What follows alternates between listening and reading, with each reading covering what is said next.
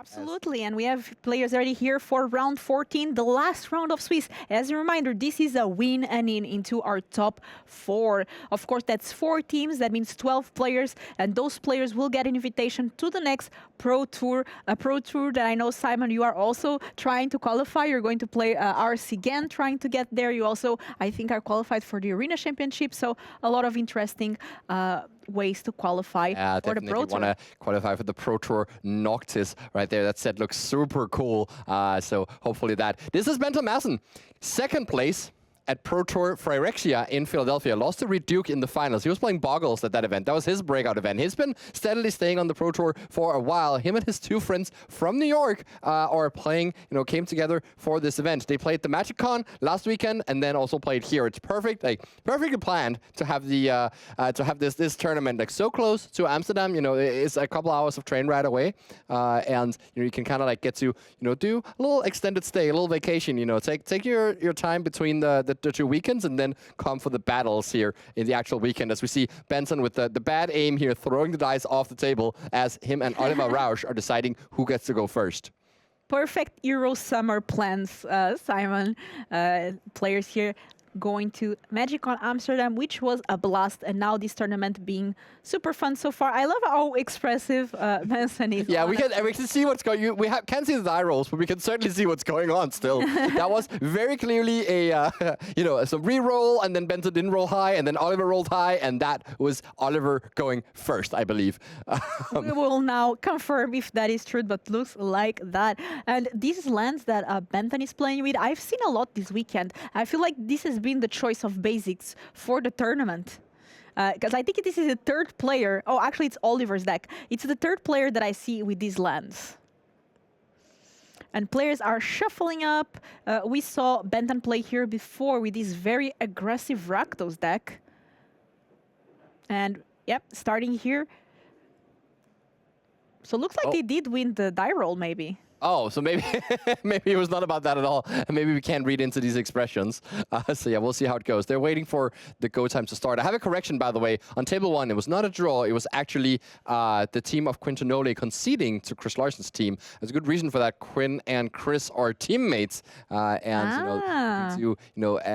set each other up here. As Benson kept a hand that does not have black. We saw this deck in action just last round. His red-black deck that's so chock full of removal spells and really making cards like this low-key look quite nice. Even has the speedball in there. Oliver Rausch, we saw him yesterday. He played blue-red. What's he doing today? Playing blue-red again. Seems like the team has opened a similar enough pool to just distribute the deck similarly as yesterday.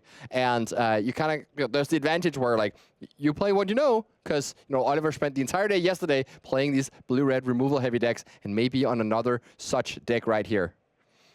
One in doubt, isn't them out. The only person we've seen win with blue-red in the feature match area has been Severin Faust.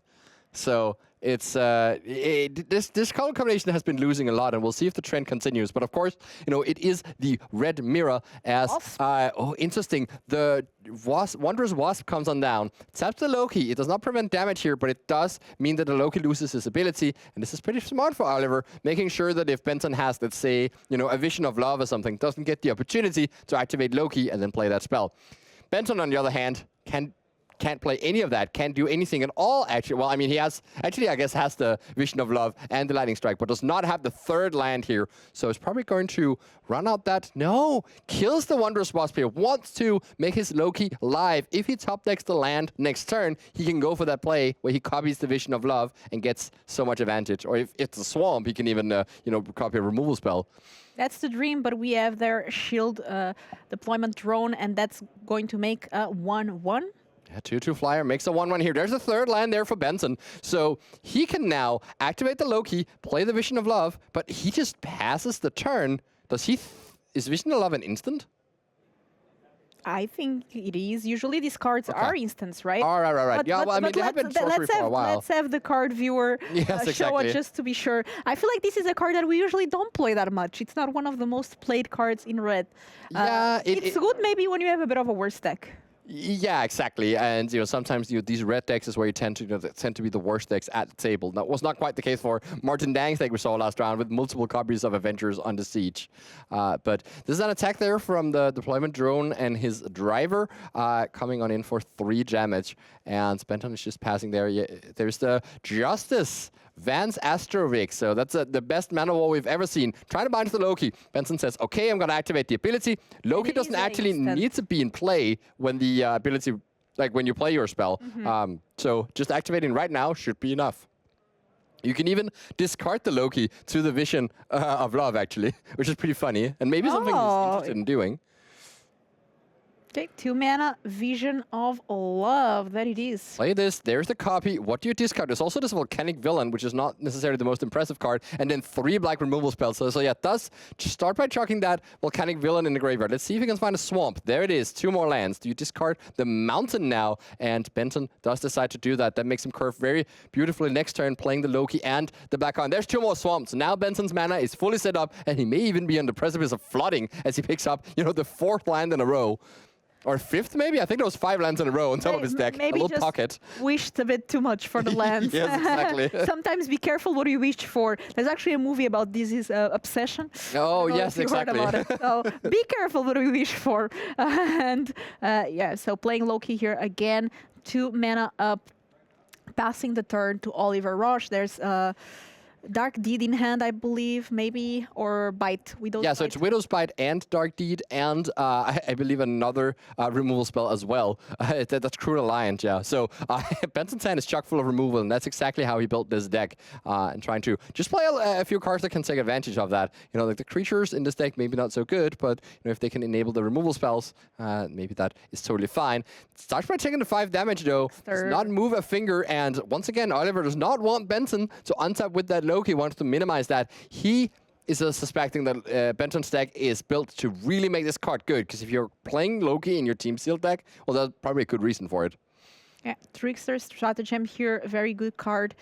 In blue, good way to take care of things. And here we are going to have that Widow's Bite, -2/-2 on the Justice. And what is not great against removal? When your opponent is just going super wide in the board. That's one of the reasons why I really like cards like Shield Deployment Drone. Yeah, exactly. We actually see the question here for the judge. Do you get to connive if the target has left the battlefield? And you do not, because the creature has to be in play to be able to connive. It's the creature who performs the action, not the player. So it goes back to Benton here. Got to get good use out of that Widow's Bite. Draws here, and that's a Yellow Jacket. So that's a very reasonable 2-drop to play here. Yellow Jacket, Menacing Marauder. And, now, gets a pass again with his 2 removal spells. Or could even, run another one of them at the Shield Deployment Drone. But it's, as you mentioned, it's just not the most... the most pleasant thing to keep spending your removal spells on these, small creatures that came with more small creatures. Yep, so things looking pretty close here. And we have to see what Oliver can do. As a reminder, this is a win and in into top 4. Of course, it's a team event, so that means that even if one of these players managed to win their match, doesn't necessarily mean that their team will win the round. It's true. So a bit complex. And I see Yasmin here in the chat trying to understand if this is live or not. And Jasmine, one of Thoralf's friends that is playing this match, and also was caster here last week. Yeah, exactly. So this is actually about as live as it can get as the Loki Laufrison comes back into play. We see here Benton actually hold on to the removal spell, and this is what's part of his game plan here. He's going to play the Loki and... not level up. Use the Cruel Alliance there to get rid of that Kree Sentinel, 5/5 reach creature, so he can get in with Yellow Jacket. Benson's whole plan right now is that he wants to hold on to that Dark Deed so he can use the Loki to get a 2-for-1. He's at the precipice of flooding. His card's not very impressive. He doesn't have a win con necessarily. So he wants to milk as much value out of his cards as possible, while also not dying in the process, because he was at a lower life total. But now getting the 3 life from Cruel Alliance and 2 life from that Yellow Jacket, it becomes a 2/2 lifelink flyer when you've played a villain. he kind of pads that life total and makes sure that he has time to play his card advantage ways. Oliver, on the other hand, wants to make sure that he does not get outground here, and while still putting pressure on Benton. So he's once again going to go for that Loki, make sure that his card advantage does not happen, and make sure that he makes the best card advantage plays he can make. I wonder, it seems like he has a Falcon Winged Wonder in hand as well, but declined playing it just because he did not want Benton to untap, and it would have been catastrophe for Oliver if he'd played the Falcon, and Benton would have been able to use the Dark Deed to kill 2 flyers at once. But question, how many cards does Oliver has in hand? Because now there's a very interesting card in Benton's hand. And there is 2 creatures in the graveyard, so Oliver has to reveal his entire hand of 3 cards for this one, and there's nothing to do. I don't think he has an instant he can play. Maybe he has something that he's thinking about. This also makes the Yellow Jacket, do the essentially draining 2 life from Oliver every time there's a villain being played. And there it is. Super Suit was the consideration for Oliver. Do you want to just play that out right now? But it's so... you can see the grin on his face. He certainly feels the downside of, having that Super Suit being revealed, so he doesn't get to ambush that Yellow Jacket like he planned to do. And now the Yellow Jacket comes on in, and Oliver has to think, okay, well, you're still standing the Yellow Jacket, but I have Super Suit to untap my flyer and block it, so you must have a removal spell. Am I still willing to force you to use the removal spell on this shield deployment drone? Something that Oliver can do, for example, is he could maybe guess that it could be Lightning Strike, not Dark Deed in the hand of Benton. And you're actually incentivized to hold on to the Super Suit to try and protect your flyer for that reason. So yeah, it's kind of interesting. And the life totals are, if this attack goes through, the life totals are evening up 14-14. And the game is evening up as a result as well. Getting that extra 2-for-1 from the Claw is a big deal in a game that, a small game like this. Yeah, things going really interesting here. Very close game. And this Yellow Jacket definitely slowly but surely putting some pressure on.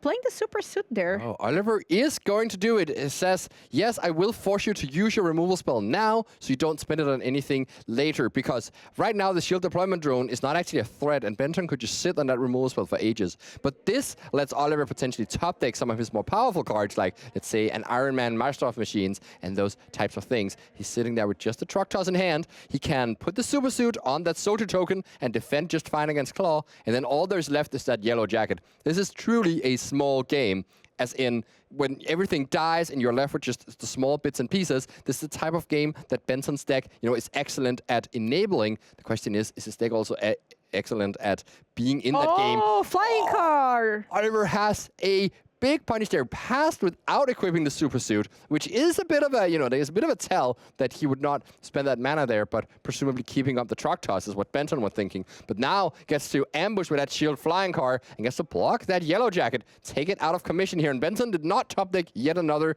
instant speed removal spell, so 2 damage goes on through to Oliver. And that is a big win. When the game is like this and it's all small pieces, every 2-for-1 you can get is a big, big deal. Flying Car here being absolutely amazing for Oliver Rausch, that now able to be in the driver's seat. Yeah, all literally in the driver's seat, actually. Yes, yeah. It's a car. Yeah, he's going to be able to also push a lot of damage towards Benton. And remember that Benton also knows about this Truck Toss, so he can't take too much damage as well. Before, if he falls to 4 life, he is going to be in trouble. So 14 right now gets to choose whether to equip or not. Oliver decides not to equip, just sends 3. It doesn't actually change the clock to add that +1 extra power. So instead, just equips to the Soldier token and passes the turn here. There's a mystery card and that Truck Toss in hand. We'll see what Benton has. Keeps sending in that Claw. 2 damage. Passes right on back. There's at least a Swamp. Maybe another dead card in hand here. Maybe he did draw that crucial removal spell for the Shield Flying Car. Land here for Oliver is the top deck. And these players are playing for the top 4, the chance to draft against some of the greats like Christopher Larson and Alex Rohan, or not Alex Rohan, sorry, and Severin Faust. These people who've been crushing it lately at tournaments. Joseph Puglisi Clark as well, runner-up at the regional championship. And so that's, these players are playing for the chance to draft against them in the top 4 for these Marvel trophies. It's a big deal. And getting in for 4 damage with that shield flying car, down to 7 life is Benton. If he takes another hit from that flying car, the truck toss will end the game. There's a land, but it's not the life gain land. It's the untapped land there, the Dark Fortress. Attacks for 2, cannot block with this. Benton is resigned. He has 2 swamps in hand. He knows he has nothing left to do. All Oliver needs to do here is crew that vehicle, get in that car, send 3 damage at Benton's, and then send the truck toss upstairs. And 3 + 4 is 7.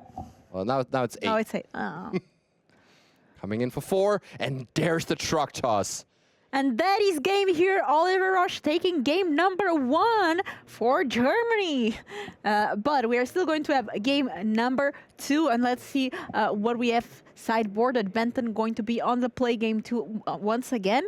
And we know that deck tries to be aggressive. Simon, what did you think it lacked in Benton's hand here to be able to take over this game?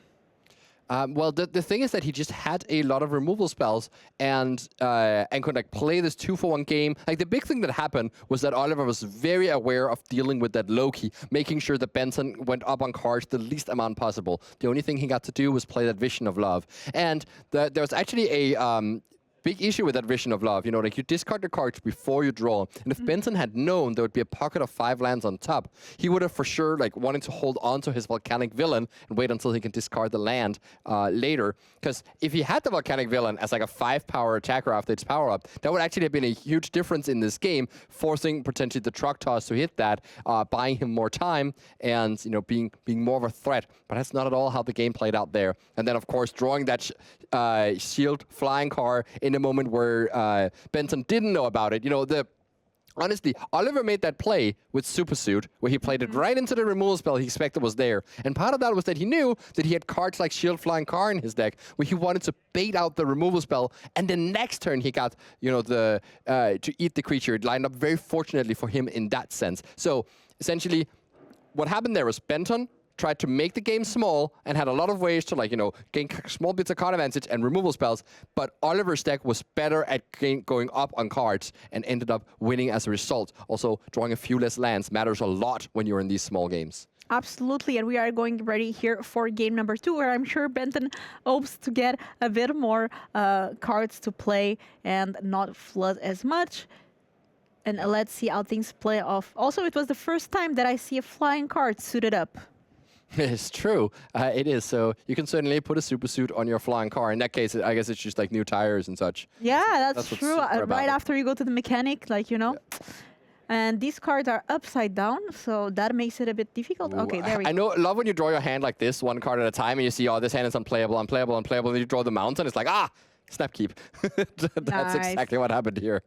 And Benton's hand is very aggressive too. He goes turn 1 Whiplash into turn 2 Speed and attacks for 4. And so when you have this deck that's full of removal spells, if you get to start by developing threats, and then you start killing everything, that's another thing that kind of didn't go Benton's way in the first game there. That matters a lot. Definitely a very interesting hand here from Benton. And here Oliver is consulting with the team whether to keep or not, because this is one of the good things about team trios. I feel like the mulligan keep decision is such a complex one that is nice to get a second opinion. And Simon, are you the kind of person that looks at all the cards at once, or do you go one by one to try to... I think I look at like 4 cards at once, and then I draw them one by one. And I'm like, please draw the land, please draw the land. I do the same. Yeah, usually 3 or 4, and then fun. I start. Yeah, I agree. So here, Benton already decided to keep this great hand. He even has an Eris God of War to follow up there on turn number 3. I don't believe we saw that in the last match against Martin Dang, who also had an Eris God of War in his own deck. So that's it was truly a mirror match last round. But this time, it's against the blue-red deck that we haven't seen win very much, but it took down this match as well. And there's the surveillance room that I believe Oliver was boarding in. He was at least looking at that card when he was deciding how to sideboard, and does decide to keep the card on top there. Maybe looking for a 2-drop to play, but here's the speed coming on in alongside the Whiplash. So Whiplash, just this 1 mana 2/2 speed, 2 mana 2/2 haste, and can become unblockable whenever you play a non-creature spell, or at least, you know, virtually unblockable, as there's not that many haste creatures in the set. A lot of speed in Benton's card draw, because there's also Speedball. Oh, true. Yes, exactly. So got all the speedsters there. And this, by the way, is Loki, God of Mischief. But does not matter, as Ares, God of War, comes on in. And if Oliver wants to block and trade here, well, the cards just come right back into Benson's hand. And so Oliver's not keen on that. He wants to keep this Loki in play and start drawing cards from it. We've seen him. That's why he plays the card like Super Suit, which is a great combo with Loki. Yeah, Loki, definitely a great card. God of Mischief, a God Sorceress Villain. And this is the alternative art.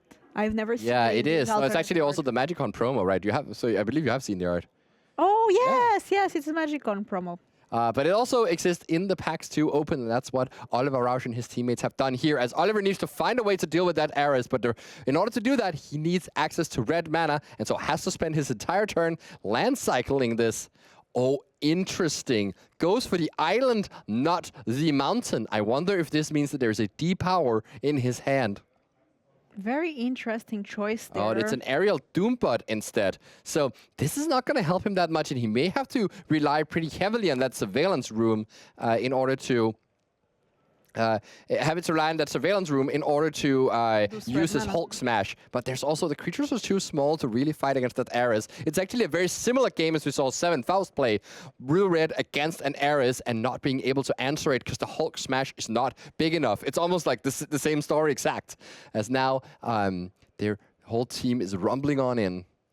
And Ares God of War is such a good one because you can just attack freely. Yeah. You know, if your creatures die, they will come back. And now we have Speedball, so full speed here for Benton Madsen. Oliver's down to 4 from this curve out here from Benton. It is just working out perfectly for him. And Oliver's defenses of stuff like Aerial Doombot. You know, this is a card I like a lot in draft, but it's possible that when you're on the draw and team sealed against, you know, some of these aggressive decks, you need to board it out. Though, of course, Oliver had no indication that Benton's deck was this aggressive looking at game number 1. I think the only indication was that he chose to play Yellow Jacket in his deck, because otherwise there's just a bunch of removal spells and card advantage sources. Now we see Hulk Smash takes out that speed. That does not trigger Loki. Loki only triggers when ability targets something, and this is of course a spell, so gets to pass right back. But drawing that mountain though may give Oliver a slight chance to stabilize here, but he needs a way to get rid of that Ares, and I'm not sure what it could even be. Maybe it's a Wondrous Wasp, but oh no, the attack comes first here, and then Benton says, I'm going to Window Spite my own Speedball. Why? Because it redirects and pumps the Speedball, redirecting to that Loki, and Oliver does not like that. Scoops up the cards, is unable to defend against that curve out from Benton, and the game is squared up. They're now going into game 3 here, and if they win, they put their team in a good position to get into the top 4. There's a lot of tension on this match. But now Benton, that has the big aggressive deck, is going to be on the draw. So how do you manage trying to be the aggressor, knowing that you're on the draw, which is a much more difficult spot to curve out? Because your curve 1, 2, 3 is not as great if you're on the draw, right? It's kind of true, but there's also the sort of thing where when you're on the draw, you're more likely to hit your curve out because you have that extra draw to hit your extra color, your third land, your 2-drop, whatever it may be.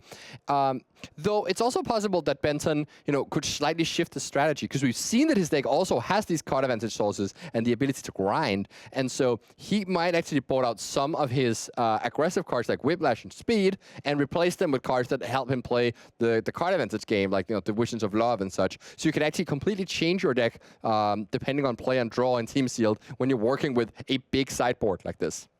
And honestly, Simon, I've been really impressed with Speedball, because I was watching the last match that Martin and Andrea were commenting on, where again we saw Benton play the Speedball, and it was just amazing. And again, here, a very good card, just being able to redirect the targets and then give +2/+2. Is this card growing on you more and more this weekend when you see it here play? Oh, I love Speedball. So you were already a Speedball fan. Yeah. I mean, I haven't seen him in like this red-black like heavy removal spell deck.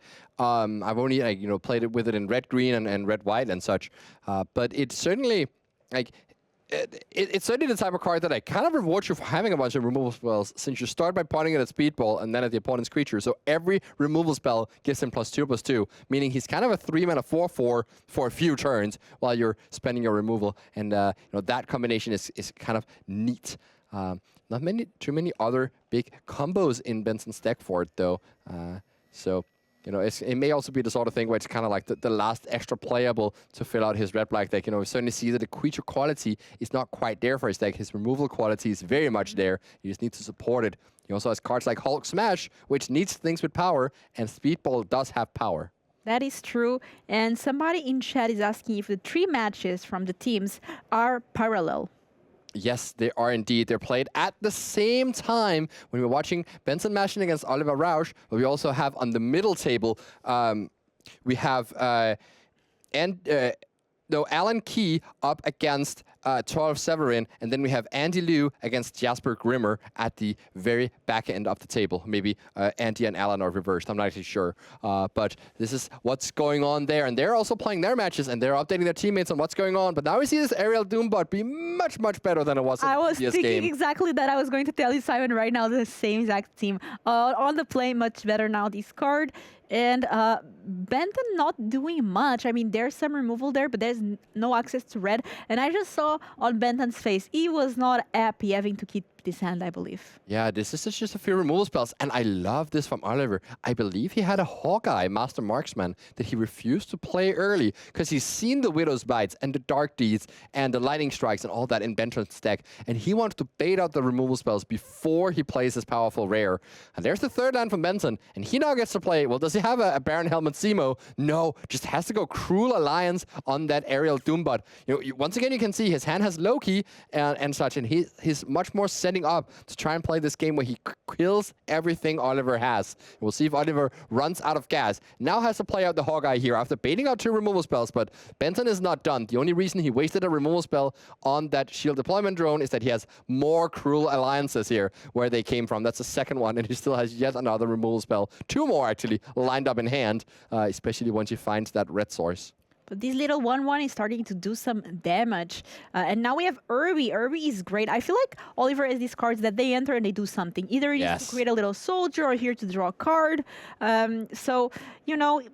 This Benton strategy to remove things will put him a bit in a precarious situation, but this Red Room Recruit here gets the land that Benton was looking for. The question is, what do you discard? Yes, this is perfect. Not only does the Recruit kind of dig him further and gets rid of the Speedball, which doesn't really fit in his current plan of killing everything, it also blocks the Soldier token, so you don't have to worry about that anymore. But I do agree with you. The Herbie Scout unit is the perfect type of card against the game plan that Benton has in this game. I love how we see the differences between what Benton's deck looked like in Game 2 when he was on the play and these games that he's been on the draw.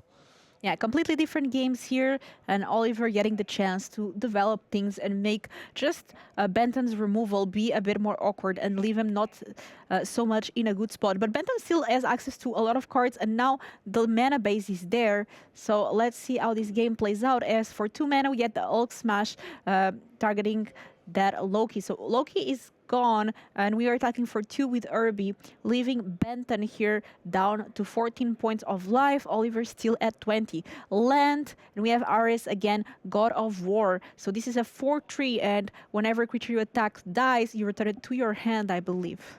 Yes, it's a specifically attacking creature, right? So you can kill something after combat if needed. But Oliver is having a think about this. Let's the Red Room Recruit come on in for 2 damage. Let's see if he has an answer for that Ares. A Lightning Strike perhaps would be good here. But no, it is just a Wasp. It's actually pretty good there. Tapping down that Ares, removing that ability, and now it will not come back if it's killed in combat. And Oliver is really setting up here for a good aerial offense. Of course, Benton still has that Dark Deed to kill one of these flyers. So he's not out of it yet, and actually has a pretty good ground game here. So Benton has to think now, do you clear away the flyer? Do you clear away the Wasp right now? And he does decide to spend his removal spell here. He takes less damage, and Oliver allows that to happen. Did pick up a Lightning Strike, so actually has that answer for Ares if he wants to. He could also go for maybe a Trickster Stratagem or something here post-combat, now that Benton is tapped out. How is the Wondrous Wasp a human hero? Shouldn't it be like a insect? No, because it's like an Ant-Man's fellow. So basically what they do is that they learn how to shrink themselves. And so that's why it's Ant-Man and Wondrous Wasp. They're not actually like Spider-Man where, they kind of got fused with the animal. It's just, a nickname for them being small. Good thing you have the lore, Simon, and we had Lightning Strike there take care our God of War. I had to research so much of this. I was just like wondering, like, who is the? Because I was asking the same question. I looked it up. It's like, oh, I see. Okay, and it's related to PIM particles and all of these things. Oh my! Yeah. I have to be honest. I haven't watched a lot of the movies, so I didn't have the knowledge.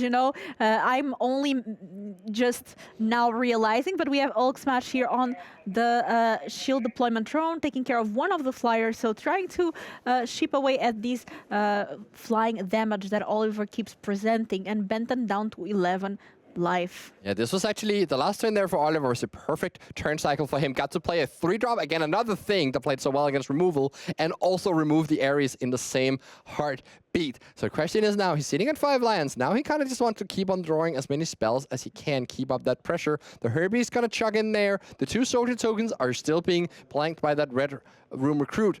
We see again, when you have a lot of removal spells, it's very nice to repair them with good blockers so that you can ignore some of the creatures. In this sense, the Red Room Recruit is by itself answering both of the soldier tokens and making them essentially blank. The only way it works, though, is if your deck also has a way, something it's playing towards, some way to win. And we haven't seen that from Benton. The only way we've seen him win is by putting on pressure, and his deck is not doing that right now. And I'm not sure if Benton has access to something like the Avengers Saga.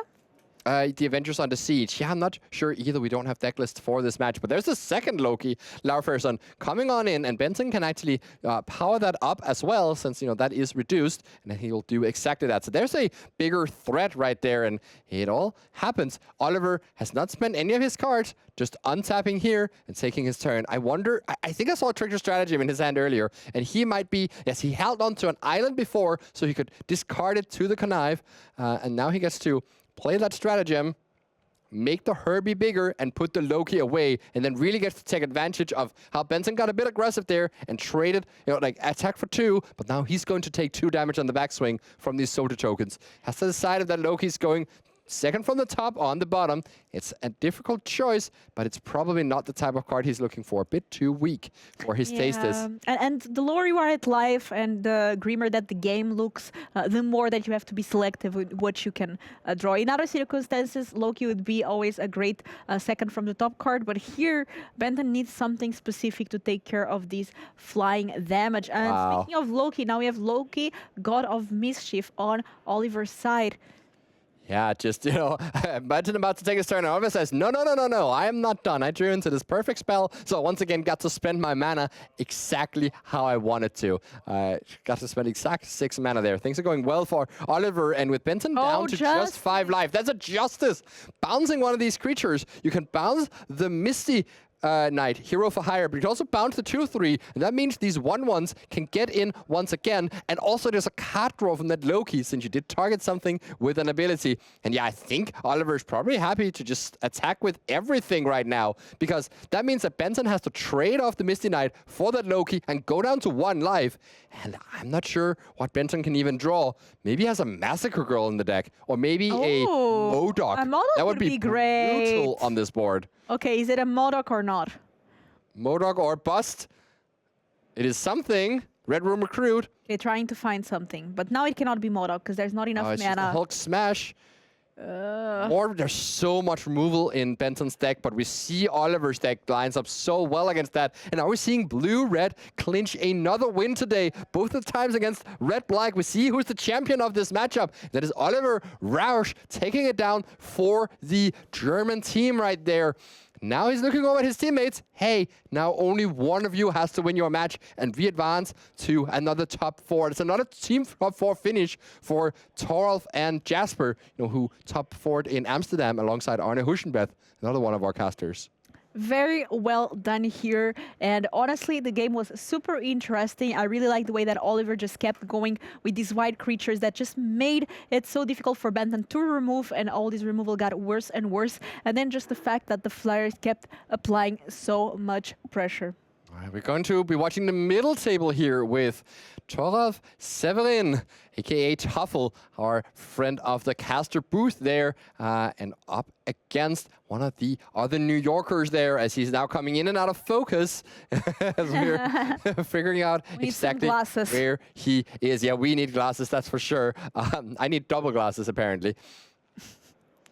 Okay, players are already here to get ready, and we are going to see this match. Is it going Germany or USA taking the win? Oh, things are going already. Yeah, that is Liu. We see here, and we just saw him, his blue-green deck against Chris Larson last round, where he was in this huge board stall, and Chris had like 2 cards left in the deck when he won the game.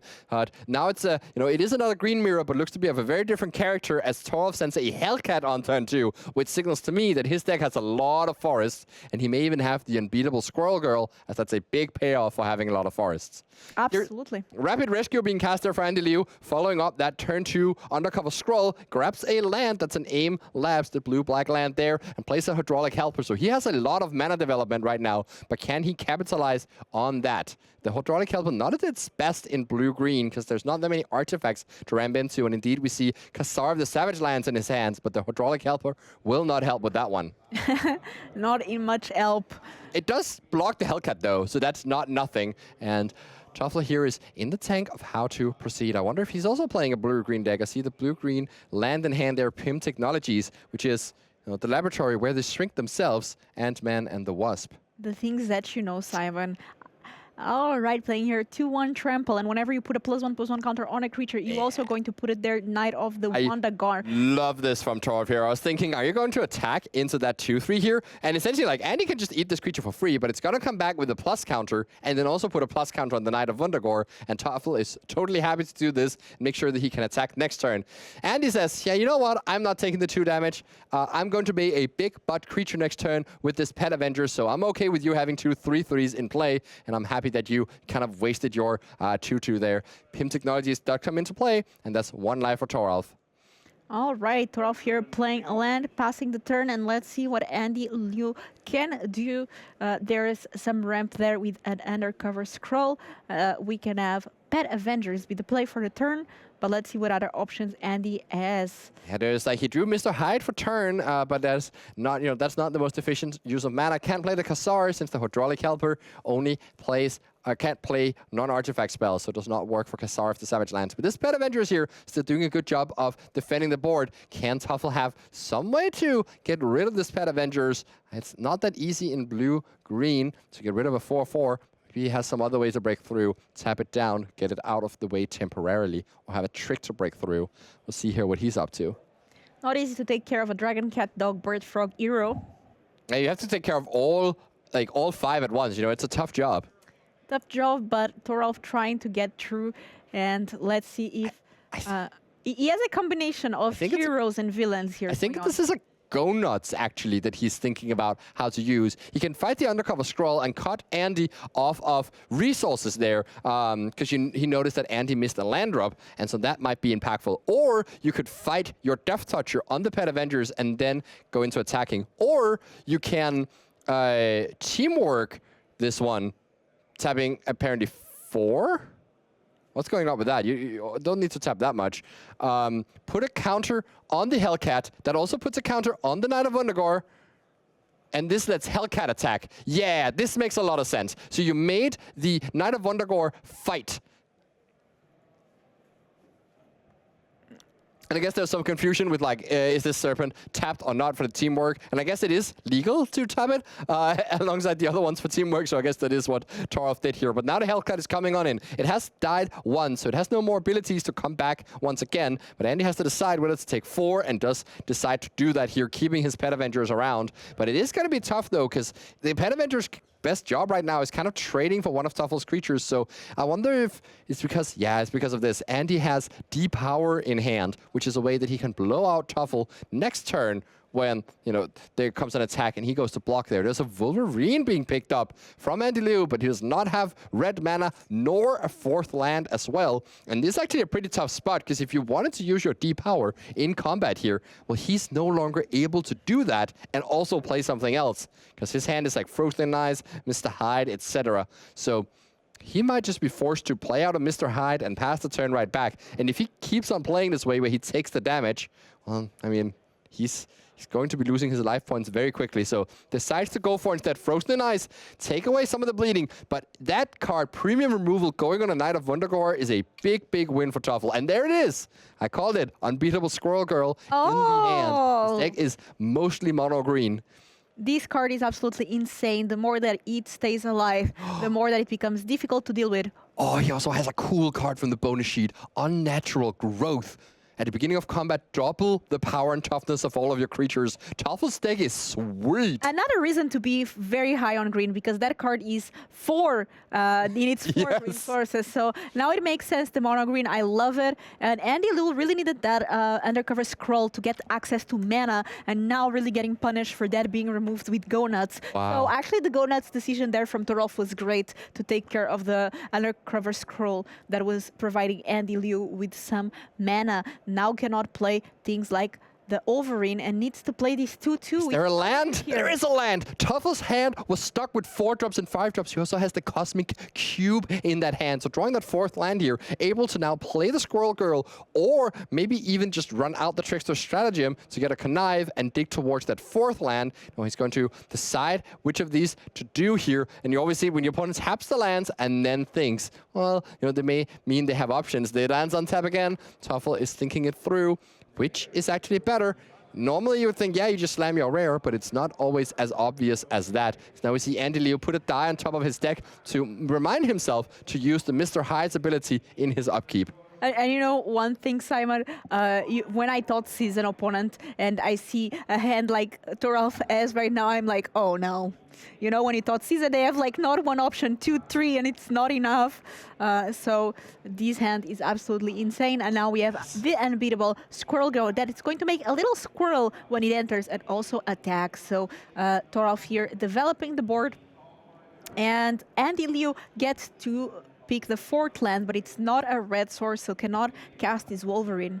Yeah, I could imagine that Andy is feeling pretty bad that he used his Frozen in Ice on that 2-drop rather than the unbeatable Squirrel Girl. And remember, by the way, the German team already won one of these matches here. We're, by the way, back in time here. You can see the clock here. We're back to watch the start of this match here. So this is no longer live. But we're watching game 1 of this matchup as now Andy has to pass back here and try and ambush the Squirrel Girl in combat with that D-Power. But I would be surprised if Thoralf attacks here unless he draws the 5th land there for that unnatural growth. There's Bold Biochemist as well, and here played by Andy Liu. And you were saying, Simon, that there's a Cosmic Cube in Thoralf's hand, so he did draw the 5th land. Now, do you go 5th land, Cosmic Cube, attack with the Squirrel Girl, make a squirrel, and then you get the ability from the Cosmic Cube, or do you go for something like the unnatural growth and that just your creatures start to being insanely big? Yeah, it's a big question here. I think I would go for the unnatural growth because it attacking with the Squirrel Girl into this board, it kind of risks it dying. Whereas if you make it +4/+4, it's much less easy for it to die. And also, if there's a counterspell in Andy's hand, that could be possible for the way this game is played out. This is the first turn where he's passing with 2 mana up, and the unnatural growth is probably your worst card. So it makes a lot of sense here for Toffel to start with the unnatural growth. Also, if you start with that one and then next turn play the Cosmic Cube, you can get an 8-drop. But also, if you go for Cosmic Cube, attack here with the Squirrel Girl, you're going to make a 1/1 token, and then you're going to get probably some creature to play because you're going to look at the top 6, and you're going to get a 4-drop or less. And then you unnatural grow, and then you get to attack with a lot of things. Yeah, the Squirrel Girl is going to die, though. So the big question is, are you okay giving up your Squirrel Girl to get a free card, and do you want to risk your Cosmic Cube into a potential counterspell here? I really like this card, I'm going to be honest. And Thoralf deciding to go here for Cosmic Cube. And he looks like he was not expecting it to resolve, so he might have even actually figured that the unnatural growth is the better card. Does attack with both creatures here, so the Squirrel Girl is not going to be long for this world, but it does mean that he'll get a free card off the top. It can cost 4 or less. And he's decided not to attack with that. Okay, ends up attacking with the Serpent Specialist. Anyways, makes that squirrel, which looks like an insect right now. You can also get a removal spell, so then your Squirrel Girl doesn't die, right? Because it's 4 cards. Yeah, that's true. Yeah, if you kill the Mr. Hyde, then there's not enough power on Andy Liu's side. There's a frozen and ice. Ooh, yeah, and this Justice does the exact thing there. So that was the calculated risk from Toffel there, bouncing that Mr. Hyde, and that's not where he wants to be. He takes a while to get going, and if he gets bounced, well, it's just so bad for you. So this is a big tempo swing from Toffel, and now that Squirrel Girl is staying alive. Yeah, good call there from Toffel. Very nice here. And next turn with a natural growth. If that resolves with this board, things are going to be looking so sweet for Thoralf. All right, so Andy Liu goes here for that D-Power, -4 to the Serpent Specialist, and does get to eat it in combat. We saw Toffel's hesitation. Does he want to attack with it or not? And decided to go for it, just in case that the Squirrel Girl got killed before the trigger of Cosmic Cube resolved. But I guess that didn't end up mattering. There's a Go Nuts, so that could potentially take care of at least the Justice. Still no way to cast out Wolverine. No red mana showing. Taking off that Undercover Scroll was a huge game changer for this game here. But maybe Andy can play something else and then use the Go Nuts. Just has to tap out there for Kassar of the Savage Lands. And honestly, this Hydraulic Helper has just been sitting around all game, not able to be tapped for mana a single time, and not even blocking that well. Very well played here, and that Squirrel Girl lives to tell another turn, and this is going to be absolutely insane now with that card in hand. And Simon, somebody was asking if Andy Liu couldn't depower the Squirrel Girl when she's attacking in response to the Cosmic Cube trigger. Yes, he could have absolutely done that. That's a good call. That would have completely blown out Toffel, and I didn't even think about that, and neither did Andy, so that was a big missed opportunity. That could have totally swung this game, you know, more towards Andy's favor, as the Justice would have not even hit the battlefield, and the Squirrel Girl would be dead. So yeah, that's a big deal. And then, like, Toffel would not have had a good attack the next turn as well. He would have had no creature. So that's actually huge, the way that happened, because this Cosmic Cube does trigger on resolution. Now we see here, holding again the Unnatural Growth and running out that Trickster's Stratagem. Question is, do you bounce the Kassar, do you bounce the Zabu, or do you bounce one of the other things here? You want to maybe make your Squirrel Girl bigger and attack with it once again, or you just connive onto that Justice so that you can get a 3-drop from the top here. And it does seem like he's wanting to target the Zabu, removing the most amount of power and toughness from Andy's board. That token has landfall, get a plus counter, so it's going to grow over time. Absolutely, that is going to grow indeed. And here, Thoralf getting rid of that forest. No more lands needed for now, but that doesn't put a +1/+1 counter now on the creature that connived. Yeah, some decisions here for Thoralf that is on the driver's seat, but this is only game number 1, and we already know that one of Thoralf's teammates won the game, Oliver versus Benton, that we saw in the previous match. And Cosmic Cube, such a sweet card, Simon. Yes, it is indeed. Toffel here is considering now this Go Nuts, and where does it go? You can use your Squirrel Girl to fight that Kassar of the Savage Land, but you can also make a play where you put the counter on the Insect token, use that to fight, so that you can attack with the Squirrel Girl. Because right now, the Squirrel Girl will have some damage marked on it. Instead, we're doing this, we're tapping it for teamwork, putting a counter on Justice, fighting with the Squirrel Girl. You do not need to put the counter on the same creature you fight with. And let's see, go looking for a 3-drop. There's at least a Spider-Man to the rescue, and that is good enough here. Just getting a 3/2 into play right here. Justice comes on in for 3 damage, and Andy Liu's life total is dwindling, and you know, all of these rares in play are also making it more difficult. Thoralf's deck just looks so cool. Very sweet mono green deck indeed, with some splash there for blue. Really love to see it. Yeah, splashing Justice and Trickster Stratagem, those are some good splashes. And notably, they did not make Oliver Rausch's deck, because that's actually, like, Toffel literally looked over at the blue-red opponent with his mono green deck and said, I want this card and this card from your deck, figuring that the blue-red deck was good enough as is. And there is the Unnatural Growth, showing it to Andy, figuring, yeah, you're probably going to need to read this one. And what does it say? Double? Yes, it does indeed. All of these creatures get double power and toughness. That is every Timmy's dream. Look at the size of this board as they now attack, and the Cosmic Cube will trigger again. This is going to be such a big attack. Oh my god. And Natural Growth is one of those cards that you are not expecting to see in the Marvel Superheroes limited set. Oh, absolutely not. It's back from Shadows, or not Shadows, sorry, the Innistrad Midnight Hunt set. And that's, we see, that's 3 islands, 4 islands. That's more islands that I thought was going to be in Tuffel's deck there. And he looks at just a single stature there. That's all he could get with his free 8-drop. But Andy Liu has seen enough. He just wanted to see an extra card from Tuffel's deck and scoops up those cards. Thoralf taking game 1 with this absolutely insane, almost mono green deck. And Simon, what did you think of this build from Thoralf? Well, actually, I'm starting to doubt that it's almost mono green. We saw 4 islands and a statue there, and I'm so surprised these cards are in the deck. I guess stature is like fine if it's played later than turn 1, but I assume Toffel can't have more than like 7 blue sources in his deck if he wanted to support the like triple green, quadruple green, etc. And so that's why I'm a bit surprised to see stature. No, the 1-drop with a double blue activation cost doesn't really seem like the perfect fit for his deck. But I guess it is a something that can really finish some games, and maybe that's exactly why he put that card in his deck. Yeah, I do love to see the big sizing, and I especially love to see that he didn't just build his deck exactly as mono green, but reached out and took some interaction from his teammates so that his deck just doesn't fold over and die to any rare.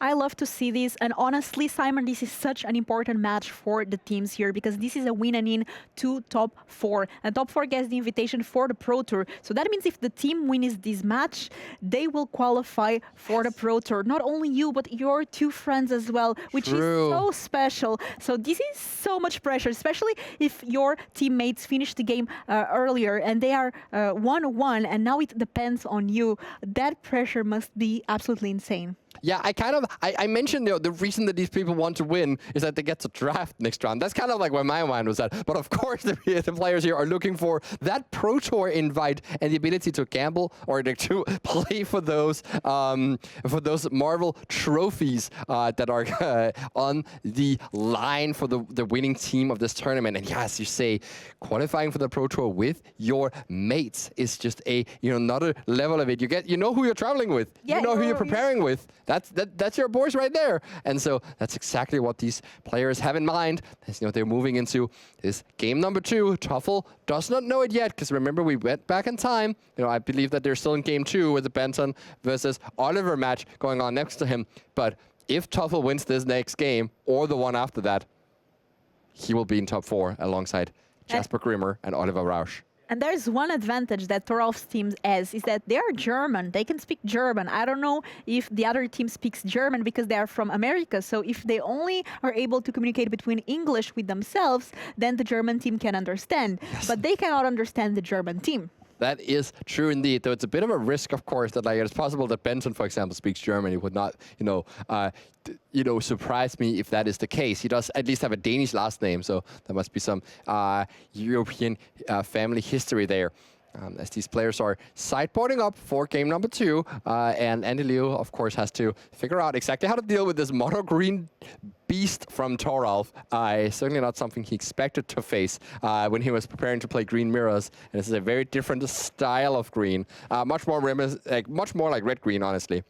And Twitch chat, YouTube, I know that you are watching us. I want to see you in the comments. Let us know where you are watching from. I hope you are enjoying this Team Trios Limited event. So far, it has been so much fun to cast this one alongside with Simon. We have been seeing so many players that are familiar faces and so many different decks. It's been a blast. Yes, indeed. It's been so fun to watch all of these limited matches and see the teams, as they go along. It's also nice we automatically get to watch 2 matches per round because of this setup. And I think we've been incredibly fortunate to have that work out that way, where our recorded matches are the ones that are still going after our first live match. Of course, we don't know that when we choose that from the beginning, which one we're watching live, which ones we're watching recorded. This one is recorded right now, as there's a little bit of a whisper going on there between Toffel and Rausch. I wonder if we actually saw that, when we were watching their match happen. Now we're watching it happen from the other side here, in this time travel technologies we have going on there. Very cool stream, and honestly, a lot of work put from the production, because this is a different kind of format that what we have done before. So shout out to the production team putting an amazing show here this weekend and really putting the extra effort so we can get to see these matches and really get the feeling of what these teams are going through. Now we have game number 2 with Thoralf having 1 win up. That means that Andy Liu will be on the play. Let's see now if he does manage to find the lands needed to try to survive against this very stompy Thoralf Severin deck. All right, Andy on the play, and he keeps the 7 cards, playing top land, getting 1 life, passing the turn, and Thoralf playing forest, passing the turn. And we there see, you know, another card that's being splashed in Andy's deck. We saw the Black Lands last game, but no reason for them. And it is, of course, Killmonger, one of the most popular cards to splash in your green decks, since it is such a powerful way to answer anything. No Hellcat this turn from Thoralf Severin. No 1/2 drops at all. I wonder how many he even has in his deck. You know, when you're playing mono green, he probably doesn't have.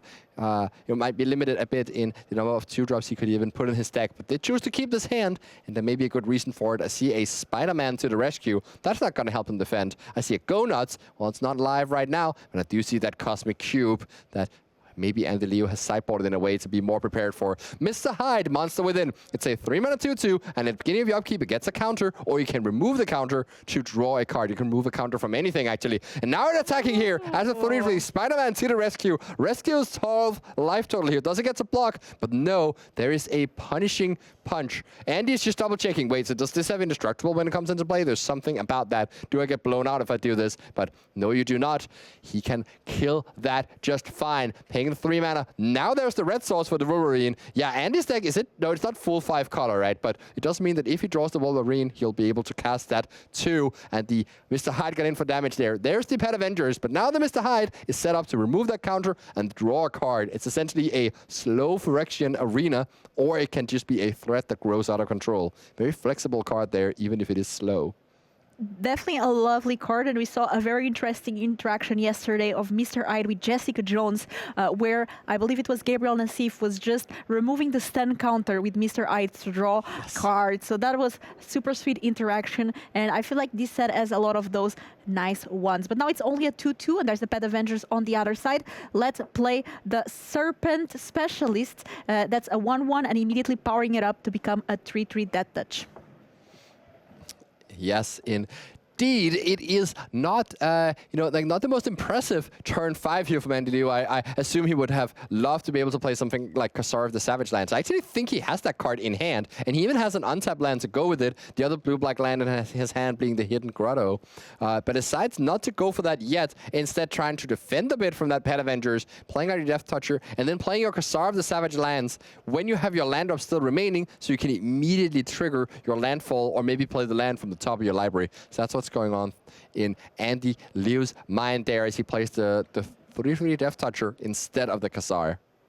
But now Thoralf has the opening here. He can play the Cosmic Cube and just send the Doggo, Catto, Birdo, Froggo, Hero into the fray. Or he can wait. So the question is, will you go for it? Will you take the gamble? There may just be 5 lands and a statue on top. It may not be super safe, and so just decides to increase his board size instead. Play the Aim Scientist. Make sure that the turn he plays Cosmic Cube, he's guaranteed to have another attacker the following turn, so he's not just left with that around. Absolutely. That's what I was going to say exactly. Like, if you do not manage to get it, then your next turn is just not great. So not risking it there. And we have a Go Nuts taking care of Mr. Hyde and making that Pet Avengers a 5/5 using the aim for teamwork. That's another good reason. One good reason why Andy played that Serpent Specialist as well is that it's another thing that has counters on it. So normally with Mr. Hyde, you can only draw the card every second turn. But the Serpent Specialist is a great combo with it because it has the 2 counters, but it's Death Touch, so it doesn't really need the counters. And it's very happy to see them removed to Mr. Hyde. And to Toffel declined on playing the Cosmic Cube, instead making sure that he had the Go Nuts to kill off that Mr. Hyde before more cards have been drawn from Andy. And now he gets to run out this Kasar of the Savage Land and see if there's a land on top to be played. Seems like no. Seems like he has to play the land from hand instead. Get that counter on the Zabu, the landfall token there, or the creature token with landfall. But now Thoralf gets to untap here, and yes, he has to run one of his attackers into a Death Toucher, but then next turn he will still have another attacker, and the way might be much clearer. He could also, as he did last time, hit an interaction spell. Does Andy have an answer to this? No, he's tapped out. Thoralf just has to decide which thing to attack with.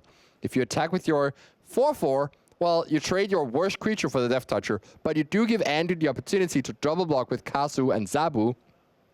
Khazar and Zabu, and leave his Death Toucher around. Whereas if you attack with your Pet Avengers, there's no such decision. You could also just attack with both of them. You know, you are behind in a life race, but this Cosmic Cube is going to give you so much tempo that it probably will buy you back that. That is true. And this Cosmic Cube being such a powerful card, we've seen it here before, but Thoralf thinking which card to use to attack. And by the way, Zabu, another card that works really well with the Mr. Ide, because you can just, you know, play a land, put a counter on it, and then you can remove the counter. That's true, yeah.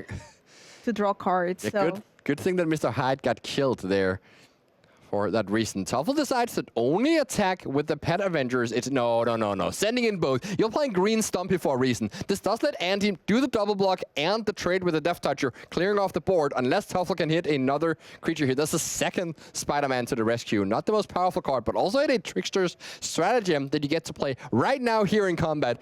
Pointed at that Serpent Specialist and connive onto your AIM Scientist, making it 5/5, and that would actually make the double block unable for Andy Liu. So this is the perfect hit here, securing that both of his attackers get to live, or at least Andy would have to trade both of his creatures for one of the attackers, which is painful to say the least. And 10 damage is no joke. Putting it second from the top. Yeah, I think it makes sense to put it back second from the top, but what actually it does, though, is it does rob him of a potential land drop, since you know you draw the card for turn, and then the Serpent Specialist will be on top, and you won't get the land. So Andy's thinking twice, making sure, do I actually need the land to curve out the way I want? He has Bold Biochemist in hand, Killmonger, and the Go Nuts. So if he has that 7th land, he could actually play out his entire hand, but he's declining. No, I do not need to do that. He also has the information on what he's going to draw next turn, and that may be good enough here. But now we see the connive there from Thoralf. Do you discard, you know, another copy of that AIM Scientists, or a different spell that is the one it seems? You know, he could discard the Forest, but it's really nice to get the counter here, making both creatures 5/5. Lining up your combat so your opponent doesn't have good blocks just makes your life so much easier here. And let's see here what Andy Liu decides to do at 24 life, so pretty comfortable life total. Yeah. So 14 now, taking 10 damage and drawing card for the turn. And there's a Go Nuts. Yeah, there is the Go Nuts. He drew Pet Avengers for turn, but these creatures are too big now, and there's a Death Toucher on top. He can't quite use that, so I wonder if he's going to be playing Killmonger out here, maybe sacrificing that Kazu, or playing Bold Biochemist and sacrificing that one, making sure that his Killmonger is 5 power, so he can actually tussle with one of these attackers here. He could also just play the Killmonger and kill the Cosmic Cube, because it does, Killmonger does say non-land permanent. You just have to play the ward, though, so you're falling pretty far behind on the board, and you have to give up your Khazar, which is a pretty big deal. But getting rid of the Cosmic Cube may be well worth it. Tough decision here for Andy Liu. That goes for that Killmongering, and that is going to take care of Cosmic Cube, of course, having to pay ward 2. The Zabu still in play, and we are going to tap it.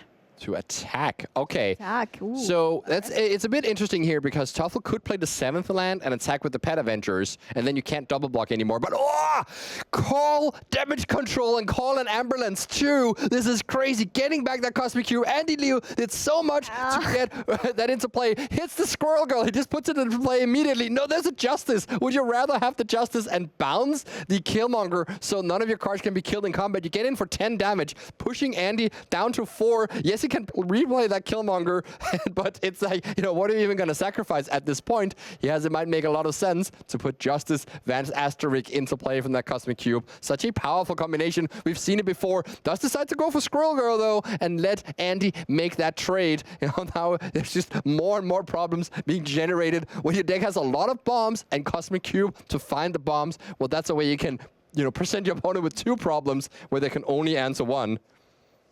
Simon, such a sweet deck, honestly, and this has been an amazing game. And I feel bad for Andy Liu. I mean, so much trouble taking care of that Cosmic Cube and that call damage control. I mean, Andy Liu needs its own damage control at this point. Truly. I wonder if that's a sideboard card from Toffel, knowing he's playing against green and they have lots of ways to blow up artifacts, and so that it actually would be realistic for this exact scenario to happen, where the Cosmic Cube goes in the graveyard.